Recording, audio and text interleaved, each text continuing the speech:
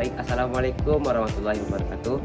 Perkenalkan, nama saya Faiz Hendri dengan NIM 7012502240. Mata kuliah Pancasila dosen pengampu Bapak Ramdhani Agus SSI MH. Di materi kali ini saya akan menjelaskan materi dengan judul tantangan dan permasalahan dalam pembangunan IKN dalam bingkai Pancasila.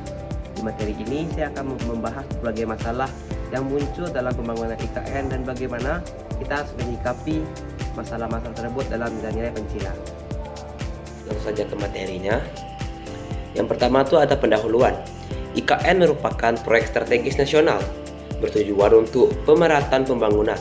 Namun, pembangunan IKN juga menimbulkan berbagai tantangan. Perlu ditinjau berdasarkan nilai-nilai Pancasila.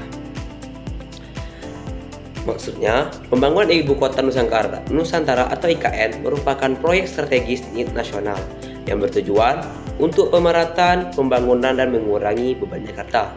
Namun, di balik tujuan besar tersebut, pembangunan IKN juga menimbulkan berbagai tantangan dan permasalahan. Oleh karena itu, perlu adanya kajian kritis agar pembangunan tetap berjalan sesuai dengan nilai-nilai Pancasila. Di slide selanjutnya, IKN dan Pancasila. Pancasila sebagai dasar negara menjadi pedoman dalam setiap kebijakan nasional. Pembangunan IKN seharusnya mencerminkan nilai kemanusiaan, keadilan, dan persatuan. Maksudnya, Pancasila sebagai dasar negara seharusnya menjadi pedoman utama dalam setiap kebijakan, termasuk pembangunan IKN. Pembangunan tidak hanya berorientasi pada kemajuan fisik, tapi juga harus mencerminkan nilai kemanusiaan, persatuan, demokrasi, dan keadilan sosial bagi seluruh rakyat Indonesia.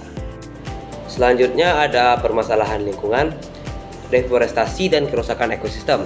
Yang kedua ada ancaman terhadap flora dan fauna di Kalimantan. Yang ketiga, pembangunan harus memperhatikan keberlanjutan lingkungan. Dan yang keempat berkaitan dengan sila yang kedua dan kelima Pancasila.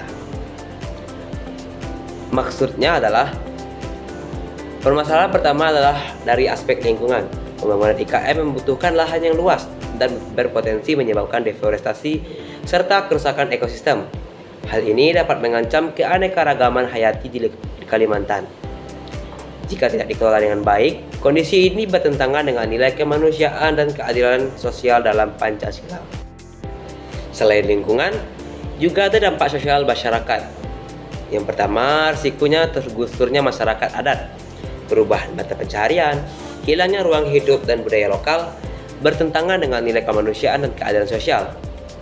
Khususnya masyarakat adat, mereka berisiko kehilangan ruang hidup, mengalami perubahan mata pencaharian dan terpinggirkan secara sosial. Padahal Pancasila mengajarkan kita untuk menghormati martabat manusia dan menjamin keadilan bagi seluruh rakyat Indonesia. Permasalahan berikutnya adalah kesenjangan ekonomi. Maksudnya investor dan modal besar. Manfaat belum tentu dirasakan merata. Masyarakat lokal berpotensi tertinggal. Tantangan dalam mewujudkan sila kelima Pancasila.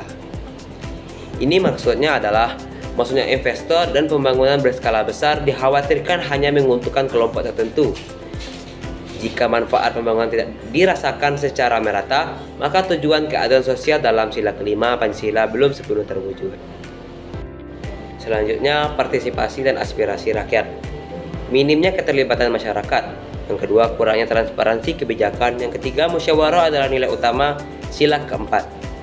Yang keempat, partisipasi rakyat sangat penting dalam pembangunan. Ini maksudnya adalah dalam sila keempat Pancasila, musyawarah dan partisipasi rakyat sangat ditekankan. Namun, dalam pembangunan IKN masih terdapat anggapan bahwa keterlibatan masyarakat belum maksimal. Kurangnya partisipasi dapat menimbulkan ketidakpercayaan dan penolakan terhadap kebijakan pembangunan. Masalah selanjutnya ada tantangan kebinekaan. Tantangan yang pertama ada masuknya penduduk dari berbagai daerah. Yang kedua, potensi konflik sosial dan budaya. Yang ketiga, perlu penguatan toleransi dan persatuan. Yang keempat, sesuai dengan sila ketiga Pancasila. Ini maksudnya adalah IKN akan menjadi pusat baru dengan masyarakat yang sangat beragam latar belakang suku, budaya, dan daerah. Keberagaman ini berpotensi menimbulkan konflik sosial jika tidak dikelola dengan baik. Oleh karena itu, nilai persatuan Indonesia dalam sila ketiga Pancasila harus terus diperkuat. Dan yang terakhir, peran Pancasila dalam pembangunan IKN. Yang pertama, menjadi pedoman moral dan sosial.